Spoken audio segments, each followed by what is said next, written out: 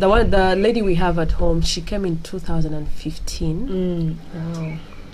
And at that time, I was running in between school because I didn't want mom to feel alone in the house. So I'd make sure weekend comes in, I run home, do the chores for her, get the house clean. But I would see that she's so lonely. Yeah. And you see, she had already taken me through a story of dementia, how it comes in. And because my grandmother had gone through that phase, I was now scared. I was on my toes. My mother is going to fall into this. She's alone. She doesn't have anyone to talk to. So Mukade became her sister. Oh, they're so very united. They even gossip about me, and I'm like, you guys, what are you saying? There's a period when, because now she came and mom told me such and such a person has come, and she's this old. I was like, okay, because the others that were around were younger. Not younger, but youthful. I don't think we had anyone into their 30s before. And now here is a person in their 40s, coming to 50s. Like, okay, so what do I call her? Because when you're growing up, you don't call someone by their name when they're really older than you are. So we went through a list of things. I had to ask mom. We brainstormed, like, maybe you call her this, maybe you call her that, maybe. So at some point I was like, because her name is Desirante, so I was like, typical Catholic. So I was like, so should I call her Madame? I was like, oh my goodness. Come on. So I was like, Mrs. Like, I was wondering what there has to be a title before her name. Yeah. So we moved into Mama Daisy, and then I think, I don't know, when you're growing, you keep changing the way how you refer to your parents. But no, as a relationship, I think, grows, then you start kind of feeling comfortable with a certain either name or certain So I started calling her Mukade, and then because she's Amsoga, sometimes I say Mukaire, you know, and then it comes off as an endearment. Yes. So just recently, I'd wake up in the morning and say, "How are you, baby?" You're like, have you begun yet? No, but you see also the way that you asked me in the beginning. Yeah. You hear us call them aunties because I think it also came from the point that when they came in, because they were older than us. So, and then they're almost like our mother's age. No, not even age, but structure. Yeah. So they would almost be like their mother's sister. And how do you call your mother's sister? Aunt. Exactly. So it was very easy for us to say auntie so and so. So even when they came here, Florence came. So all the maids, they have been auntie until Auntie Florence. Now it's so funny that my 18-year-old still calls her Auntie Florence. And then initially at some point I was so worried. I was like, Lord, have I done a very good job that my son would respect this maid? Because you know how boys, as they grow, they start feeling big, pompous. So I said, oh Lord, and I never even told her, but even up to now, he calls her Auntie Florence. So come and say, Mommy, Aunt Florence has said this. He respects her so much. But he's so he's feeling pompous and what. But when it comes to Auntie Florence, Aunt Florence, can I please have, like, Aunt Florence has her certain way. They know her. Yeah. Don't touch Aunt Florence's this. Don't touch, and he will not go and touch her things. Yeah. Like the certain things she puts in the fridge. And she says, guys, no one is touching this. Even him, he's 18. He's taller than her. They're all tall and big. But they'll say, Auntie Florence, can I have some of this? Like they'll still go back and ask. And then I'm saying that now and then yet I've lived somewhere with my auntie, and the maids were so disrespected. Yeah. But had come from a point whereby maids were supposed to be respected. So I was so conflicted. Because you see, for me, I was in the kitchen with them trying to build a relationship. And then now my cousins, actually, it was my late auntie, God rest her soul in peace. And the children would call them by their names, but also in a more rude way, how it's like, Anna, demeaning. Oh wow, you know what I mean? Yet for us, even you'd even fear asking her, you say, but man, I can go and make this tea for myself. Exactly. Then my aunt would come and say, then I'd be like, but I can do it, Now I raise my children to literally know. For example, you cannot eat and expect Aunt Florence to pick your table. But even now she will say, Dylan, I nearly did it down. Like. Because then they will do it without even thinking, because they know that is how they were raised. So even us as mothers, especially and I say mothers, why? because we are the ones who interact with these people. The relationship has to be with us. I mean, they're filling the gaps for you. They're filling in our gaps. So if you do not allow your children to respect this person, to disrespect. One is that child is taking that disrespect into their home. Like I said, if Aunt Nasamba is disrespected, I'll be disrespecting my. If I disrespect Florence, my son is going to disrespect his house help. Yeah. So that's why I'm saying that now as mothers, that is what you need. You see, sometimes we feel like these are people away from us, but remember, they're influencing our children.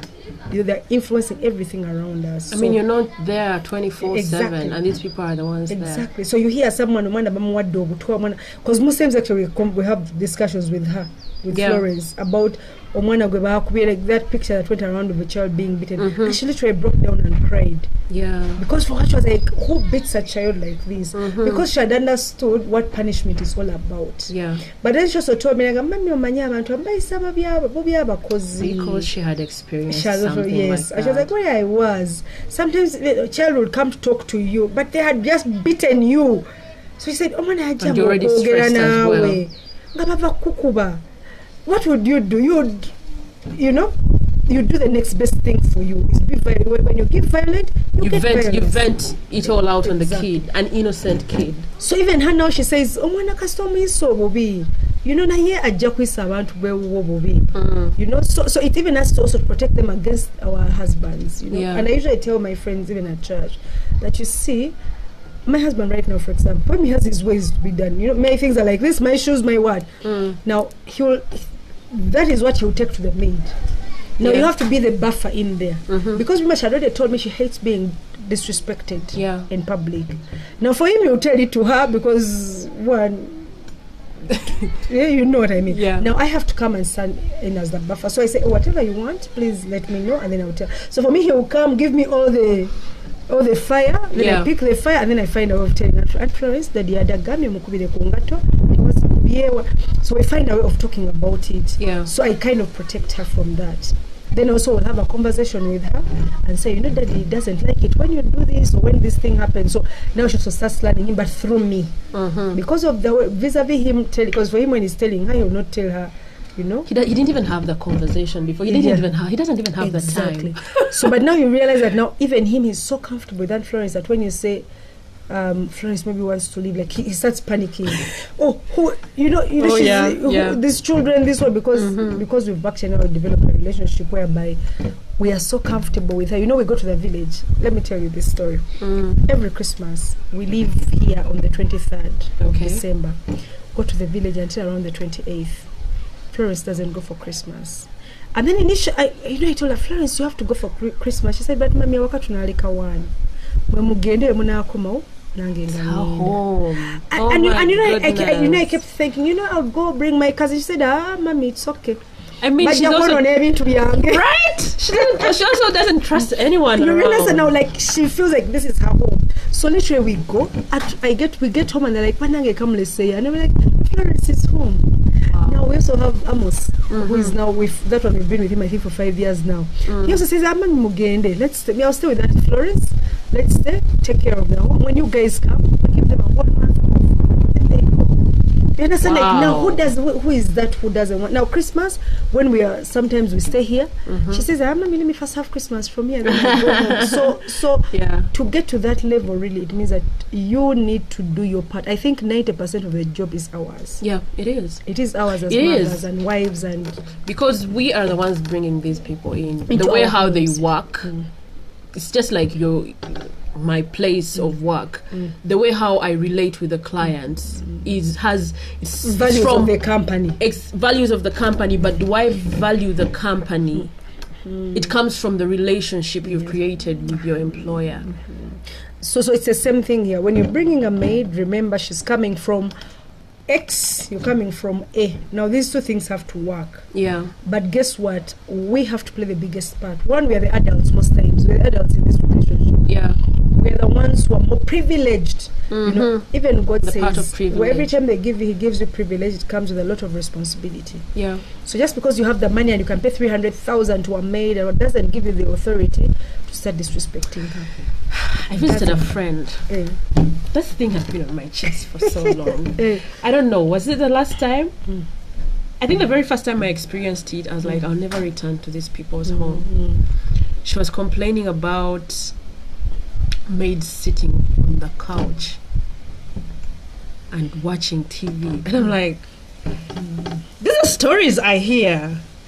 And then there is someone I know who does the exact thing. I was so embarrassed for myself because I realized when I would be in the kitchen, because I love cooking. I can't deny that. I really love cooking. So sometimes I'm at someone's home and I'm trying to cook this and that, and then would meet with the maids and I'm trying to greet them. I ask for the names, but they're not forthcoming. I'm like, what is it? And then it's until I get to the sitting room and I'm hearing a friend, like I'm even embarrassed to say she's a friend, complaining that these people are starting to watch TV, they are starting to sit in the couch, and I'm like, where are they supposed to sit? And I'm like, Mom say they have to sit. And I'm like, what? And now I was in shock that I didn't say anything. Like, I was so much it's there, in shock. Of course you can't say anything now in that moment. You can't. I was in shock. I didn't expect it because I feel like the values I have, at least my friends are supposed to have some of the values, the friends that I keep. Exactly. Because it's a representation of my image. And then I was so embarrassed. I coiled. It's like, what is going on? Exactly. Because now the lady we have at home, I used to beg her to watch TV. When she had just come, I think, I don't know, I'm very grateful you've taught me something, that you have a conversation to start with, to, get them into the profile. system. Usually I call it profile myself and herself. I don't know if my mom ever has them, but usually our mothers, by the way, without us knowing, I am sure they do. Yeah, because those women are very wise. They kind of probably it might not. And then I realize it's not intentional. It's not like, okay, Anna sit there, I sit. I think it comes from even as they are cooking and they'll ask certain things, and then the mothers will pick it up and put it in the brain here for tomorrow, to use tomorrow. Because we're going to miaka mukaga. I was doing that. Without really her saying, so it becomes more. But also she feels so good that you remember that you thought about them. And then the other thing that of the story you've just talked about, me and my husband said, whoever comes in this home, you're either part of us or you don't stay in this home. Yeah. That means if I sit at a dining table and there is space, you will sit at that dining table. The thing is, actually, for us, we take it a note further. Our elders sit first. Then the kids when you miss. Exactly. So if the table is full, Joshua and his colleagues, his young siblings, will find somewhere a mat and sit down. Oh yeah. And then ask the adults, including her, was even her she knows. So TV because the thing is, those are the things that make people uncomfortable. You don't want me to watch your TV. She took long. You don't want me to. You want me to stay in the kitchen. You understand? What do they do in their free time? Now my children do chores. You saw them there. They are doing their chores. Yeah. They have a whole list of doing stuff they're supposed to do. And Francia says the only thing you don't do is cook. Yeah. Because she loves cooking, but I was like, for me, if you want them to cook, I have no problem. But they do chores, and when she tells them, "Aren't you supposed to wash your dishes?" they don't even respond, by the way. Yeah. They would rather disrespect me than disrespect her Florence. Even them, they know. Now I have that attitude of even if I walk into a company, I'd rather get cross with the boss than the gate man. I would rather walk into an office and not greet the hyped managers and all. I'll show them the attitude. Then get like, hello, how are you? Are you okay? And then I walk into the confines. I'm a completely different person. I'm ready to fight you. But you see the conversation you have with Florence there. You tease her, you joke with her. Yeah. Like even almost when he had just said staying with us, apparently asked Florence, because I think he had never, because you see for us, we tease them, we really tease each other. And then David plays music here over the weekend. Everyone comes, you make your playlists or whatever, then you dance. Even to him, he was in shock because I remember Florence had been with us for a very long time. So for him, he also expected her to be in the kitchen. Yeah. So he's seeing her in the with us, chilling with us David, he said there, and Florence said they're watching TV. Yeah. And he cannot believe that actually you can do that.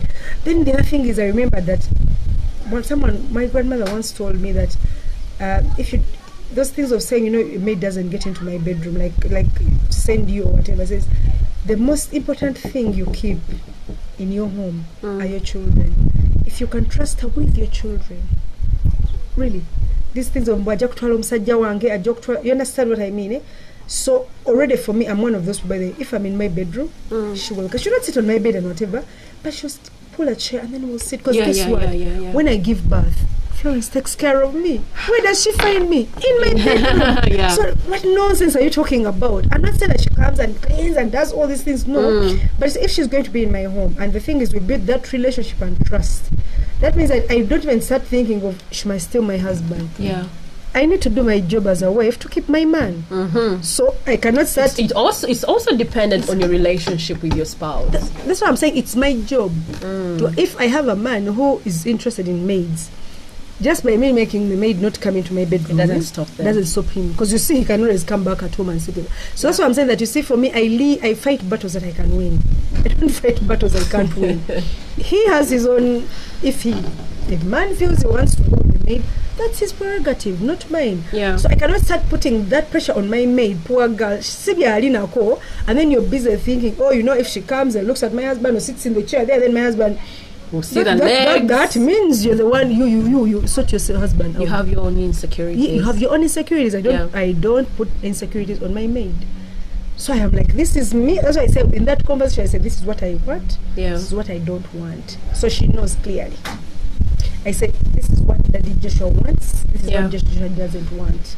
So we straight away start doing that. And then, now if I find it going beyond our expectations, then we have another conversation of, are you still interested in staying here or not? The job. But I cannot start putting my insecurities on a poor girl. She came to make her money.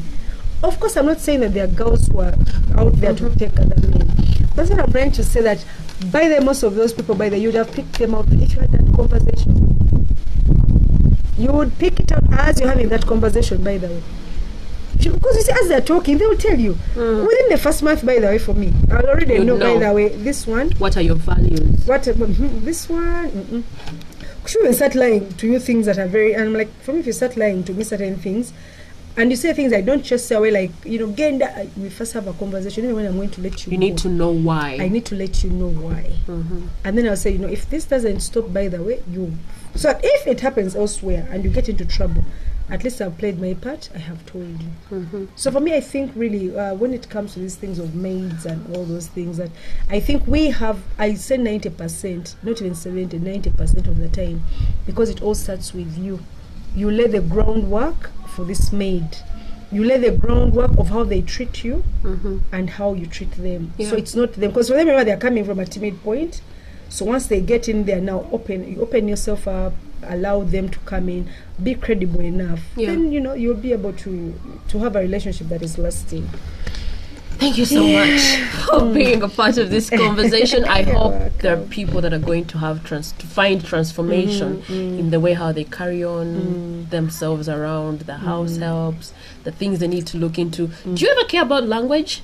No. Because these kids are mostly English kind. And then I've actually thought about it. I was like, wait, how did she do it? But I've had her do some English, and I walked in, she's like, how are you? Like, let me tell you something. I'm fine. Aunt Florence came here, she couldn't even, the only English word she knew probably was her name.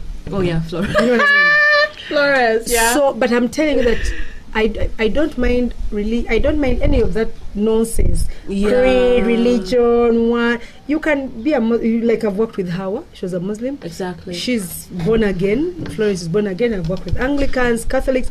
That you say the thing. What matters is, are you a human being?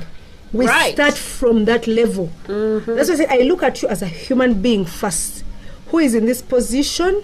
And me, a human being who is in this position. Then we set our expectations. That's what I'm saying. If you do not set your expectations, that's why you're going to get it wrong.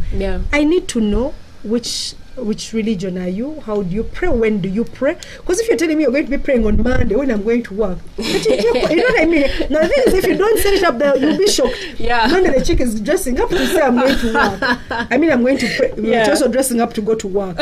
So once you have that conversation, then you're also able, I think, from the start to say, is this someone find a middle ground? Is this someone I can work with? And I think be honest with yourself. Most times I think you get maids when you're desperate. Oh yeah.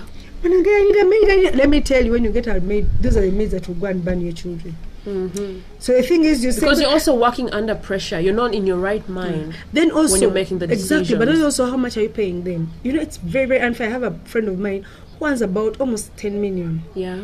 So she was telling me she has 4 children. The husband works, I think, with the UN or something like that. They're really well-off people. Yeah. She has 4 children and I think 2 niece and 6 in total. Yeah.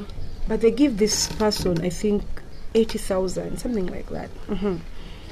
Now, so you know when she kept struggling with maids. When I said maids, so I had to first sit down, do something like this. Yeah. Evaluate and say, what is it? Why are maids leaving? I mean, you guys have a beautiful home. You're literally living the life. What's going on? Yeah. So she told me 80,000. I just said, put yourself in her shoes. Inflation, lifestyle. What does she want to do? What are her dreams? Yeah. You know. Now, if someone has a vision of building a house, and I want to be part of, that vision for her, and I want to be part of that vision for her, so will 20,000 or 80,000 be enough? Okay. So I think everything goes together. Your relationship is one, but then also, by the way, you can even pay her less as long as you have a very good relationship. You know those bosses, by the way, they're not paying you a lot of money, but you're happy. You know what I mean? What kind of environment are they creating? Because at first, of course, we said on 30,000. Then we said great. You know, the thing is, from the beginning, I said I'll kind of promote you. You know what I mean? Yeah. You go through the ranks the way how you did it with yourself. Yes. So we you know, every year we would review the salary. Yeah. And then I would add. We'd review the salary and then add. Right now, she's earning 250,000. Yeah. You understand? Yeah. And then, of course, on top of that, I take care of her medical bills, all of them, all her medical bills. I recently had an operation in before lockdown. Yeah. No, in November, October. She had fibroids. So we had that experience. So I took her to but ours didn't go as far as surgery because they had to find out is it, because now we had to go into the bills of is it cancerous, and it was determined that it wasn't, and she's already old. So mom says that there are those that aren't dangerous and they can stay with her. She has kids. Yes, so she has kids already. Okay. So they just let her go. Mom got her medication. It didn't go as far as but you should have seen us in that. I was disturbed. I would think about it. I would like, oh my goodness. Now, but you know, even my neighbors all here know at Florence. Those who don't know that she's actually a house help here, they think she's my sister. And I don't even tell them anything. I just say, yeah. So they made our neighbor, they are called and said the girl is bleeding. She had been complaining before, so we had gone to Zambia. They had checked, they had seen nothing. In fact, I said, maybe did she have an abortion? You know how we start thinking. I had a conversation with her, saying, Aunt Florence, pain. So one of the things bled. Ouch. So we actually had to rush. We went to Namirembe. They admitted her. We spent about 2 point something. Yeah. Because I took her in private. Because you see, I'm like, that's why I said that my relationship with Auntie Florence is I don't even know how to explain. Like, she's almost like my twin. You know what I mean? Like, she steps in my gap all the time. So I'm like, if I was to go to hospital, would I put myself in the general ward? No. I said, if I can afford, yes. But even that time, David said, no, she has to go to private. Oh yeah. Like, this is Auntie Florence. Like, we were like, this is Auntie Florence. Yeah. So we took her to private, and then now her mother had to come to look after her because I was working and everything. So Alan would go spend that day, my sister, spend a day with her. Then the mom would come. No, I mean the mother would spend that day with her. Then Alan would go and spend the night. That is my sister. She would and then the mother would bring her back home here to sleep. And then for me now, like, even her family now has become really my family. You know, our family is her family. Yeah. So that's what I'm saying. But you see, how to get to that level is building the first point of contact. You know, moment of truth is that moment where you actually make up your mind to say, this is a maid I want to stay with. Yeah. Or me and her. And for me, I tell people, if your values do not match, please do not force. Don't stretch it. Don't. Because at the end of the day, trust me, something is going to give. And most times it's your children who are going to suffer. The children will suffer. So I'm like, if it doesn't, let it go. It's not worth it. I want to have a person who, even when I'm sleeping in my, I can sleep and I know they'll never hurt me. Yeah. Never hurt my children. you know. Actually, it's surprising when I would have my last 2 boys, when I would finish, like they would stay with her so long that at night they would only want to sleep with her. You know, like at some point I got jealous. I was like, exactly, I know, I'd be jealous. Auntie You're taking my kids, because you know, it's like, you know what? About 2 weeks ago, there's a time when we had so much meat at home, and we were having it in the morning, in the night, and then every time. So when it came to servings, now Mom was having. I pack my lunch. But Mom has her food for breakfast because it's not easy for her to walk around with. So when Mama Desi or Mokade did the servings, I think she gave Mom a lot of meat.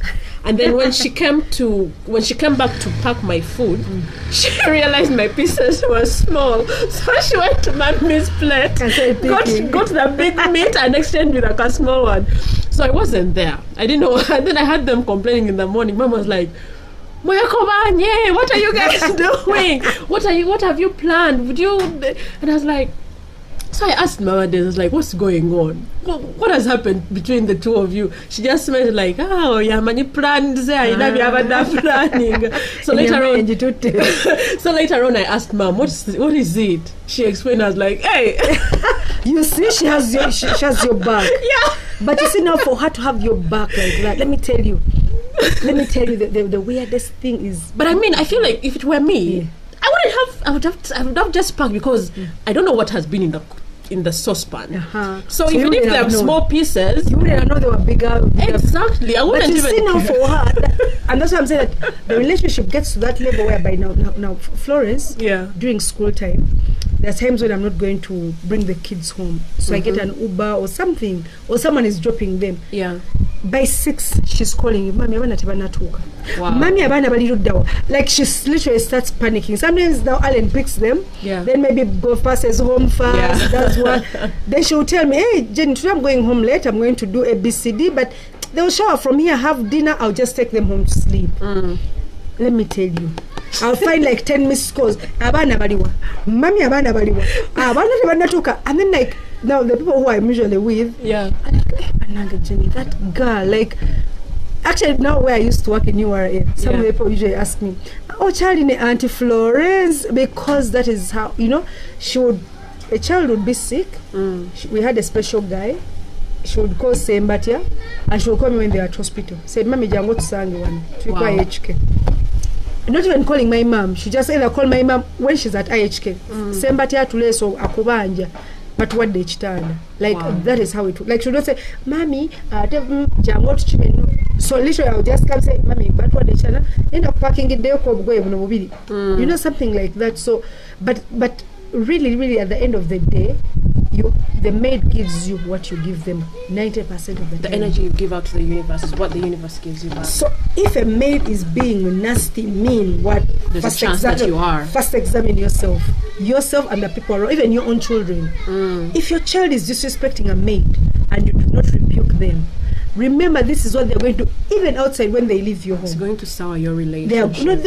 They are even their own, because they're going to go out there and feel like, if Mommy let me abuse Auntie Florence, I think I can abuse even my... And it even gets worse. What they're doing here just becomes worse. Exactly. Where they go. Even with their wife, now for us who have boys, they'll also probably, if I treat Auntie Florence badly, they'll think it's okay for you to treat a woman badly. So for me now, even we start that whole conversation, I said, hey, me and Aunt Florence are the most important people in this house. And they ask you why? Because we are the only women here. And then, because they need to know that, yes, a woman has to be respected. So I think there are things we take for granted, but these are the things that, you know, the child will pick up. Joshua will go get married and think he can just disrespect his wife or disrespect the maid. He needs to look back and say, Mommy always said women are the most important people. So I cannot disrespect a woman. Not my grandmother, not my mother, not my maid, the maid at home. I don't even allow them to call them a maid. They were who is that? Oh, she's our auntie. She's Mommy's cousin. Really, I'm really appreciative of you. You have learned something, really, especially the converse. I didn't know about that. I like building conversations, but I didn't see it as being deliberate, the deliberate part of it. As something very important to start with. I think my mom has them because it's not me who hires these people. But I usually sit down with them and find out when we're having conversations. Maybe later on, maybe after a year, I know how to be comfortable with them.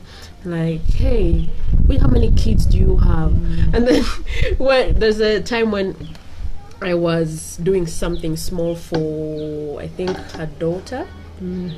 She's the youngest. So when she scored well in peace, and you're like, I say, like, okay, you've given her to me just like that. But you know, at Florence, when her mother calls her, Mama, actually, most times I get, because before mommy fell sick, I would imagine it's bad. Oh yeah. But actually, it would be her mother. Yeah. So when her mother calls, maybe talks to her, then says, hey, can you get a muala wange? Then she'll say, hey, Mama, like, right. For me, I feel very, very comfortable with that because I have people.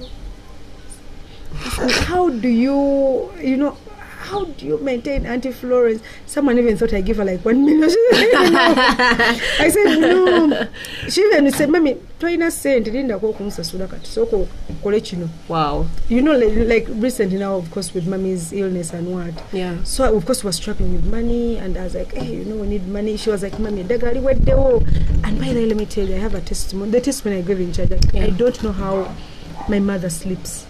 Because she sleeps with Auntie Florence in the bedroom. Yeah. Auntie Florence bathes her, washes her, cleans her, does everything for her. Like, little Auntie Florence can get lost for 5 hours. Yeah. Why? She's busy taking care of Mommy. You know what I mean? And you'll find my mom all styled up with the perfume, all glossy, all I shouldn't come and tell you, Mom, you're trying, what you need. And I'm like, if I had not treated Florence well, she would not have treated my mother well. So you don't even know the things you're doing for this girl. Now, Hawa, your example, Hawa left us to get married. Hawa goes there, marriage gets sour. Yeah.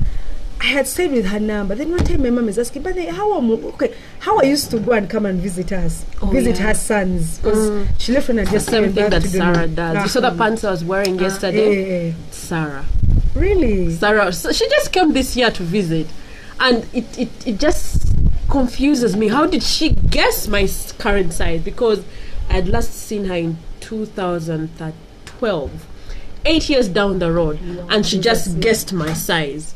She first brought them and hid them. She was like, so I was like, Sarah, chicho ina mukavela. Like, ngoya zange ngenda kuzambala nganzira. I was like, ochuso tengo dayo kankarabi. So we fought for it. I mean, we had taken so long without saying, I love her so much. And during quarantine, I tried to reach her. I wanted to know, is she okay? Yeah, I know. And her phone wasn't going through. And you panicked. That was a terrible moment for me. And now for me to really, I have this thing of getting attached to items. I wore those shorts for a week. Every day, because I was desperate. I wanted to feel her. Because that's the person who steps into the gap. Now, how I left Joshua. No, I'm talking about Sarah who was left, not the current one even. I even told the current, I was like, I'm assuming Sarah ngakubatega itamu. I was like, baba, because she came when this one was around. So, she knew her. Yeah. When she came this year, that's when she got to see her. Oh, she came with the son. She brought us the son. Remember now that Hawa girl. You remember how was raised there. Hawa goes, gets married, like, but you know she used to come back to visit. That's why I said, how do you end a relationship with a maid? All my maids, even those that have sent away. Yeah. I first have a sit down with them. Even Carol, that one we just disagreed because you realize your values and our values they just clash. But she loved my children so much, but everything else wasn't. But even then, I had to sit with her. I even had to give her a package. You go. Bigger, but you go. Yeah. So then now, my mom, before my mom really went ill, she says, but how almost, I was like, I have spent like, 2 years without her. Let me call her. I call her, she picks. And then she tells me, things didn't go well. No, Nyamulimo. Remember, we're looking for someone to take care of Mommy. Yeah. That's how Hawa comes back into our lives. Remember, Mommy Zanu brought her when she was okay. Right now, then we call Hawa come and take. Now Hawa comes back and is working. Now imagine if we had gone off badly. And yet now, because she knew Mommy so well, she knew exactly what to do for you. Like her, Mommy Talia, because she knew Mommy so well. Yeah, you understand. So now that's what I'm saying. That even when you're sending off a maid, even if maybe you're so angry and mad, she has done some whatever it is, just have a sit down, conversation. One, explain why stuff is happening. Yeah. She's going away anyway, it's your home, but have a conversation. Because me, Carol, we left very, really, badly, what I would call badly. She was like the maid that I had, and I was like, Lord, I'm not happy about that relationship. But I still sat down with her. Yeah. And, we talked, and we said, I even told her, remember, Carol, you told me when you were coming here that you wanted to do ABCD. Yeah. But now what has happened? Then you realize that now along the way, things had changed, but the goals changed. But also she had some influences, because I also now aware a lot, so some people had influenced her. Yeah. But then I was like, you know what, wherever you're going, just know I wish you well. Yeah. And here, so of course I prepared like a small package for her. I gave her, other than her salary, I also added something small. Yeah. Like for example, I do not expect you to use your salary to go home wherever you're going. Actually, I give you like a package that includes now the transport, your what, and then I wish you all. I even pray for you. Yeah. And then send you off on your way, because you said at the end of the day, wherever you're going to go, you remember that whatever happened here, it was my fault. Actually, it was my fault, because we'll literally walk down through these things. We're not ending this conversation. It will take as far as 24 hours. There's already something that keeps coming up. For me, it's a very emotional conversation for me when it comes to these people. And then at some point I was like, maybe the conversation would be better if I had a sit down with a house help, to talk about things like what do they need. But then I realized maids are not usually the problem. The people who solve the problems are the perpetrators of these problems. It's the same way how people keep talking about gender-based violence. I told someone, a woman is not going to end gender-based violence. You're going to go on different platforms, make noise. It is the men to make these decisions. Exactly. So, as homeowners bringing in these guys, we are the people that start to evaluate ourselves. Yes, the way how we carry ourselves around these people, the way how we treat them. It all starts with us. It's okay, a relationship cannot work out, just like any other relationship. Your friend, your boyfriend, exactly. Marriages break up. Things always end, maybe well or worse. It's not a do or die. It starts with the change. The thing is, just know you've put in your best, your all. You've given it your all. You've tried your best, and really this one, and it has failed. So I hope very many people come out with lessons like I've done. Thank you so much for being on Hashtag When Love Goes Chiwanaka. You're welcome. Have a good day and wish you all the best. Yeah. And I guess next time I'll be also interviewing you on some of those things. I'm waiting. I want to be interviewed also. Okay, my dear, stay well. You too, have a great day. All right.